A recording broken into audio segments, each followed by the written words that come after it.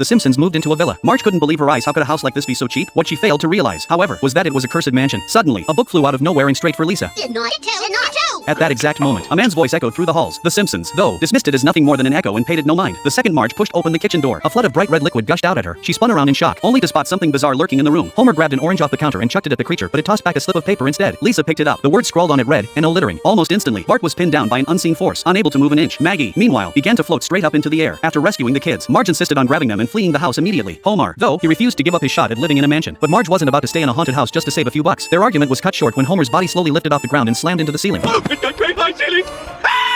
That night, the house once again echoed with unsettling noises. Then, the voice of the house itself boomed, ordering everyone to grab a weapon and kill the others. In a heartbeat, the family turned on each other, weapons raised, ready to strike. Thankfully, Marge heard the commotion and rushed in just in time to stop the madness. She'd had enough of this house, more than enough. She picked up Maggie, ready to leave for good. But just then, Lisa spotted an ancient Native American burial ground hidden nearby. Marge's resolve hardened. They had to get out of this nightmare now, before she could finish her sentence. However, that eerie voice rang out once more, and that was the last straw. Marge lost her temper completely. She screamed at the top of her lungs, unleashing all her pent-up rage and frustration on the entire house. This was her home, she declared, and she was not going anywhere.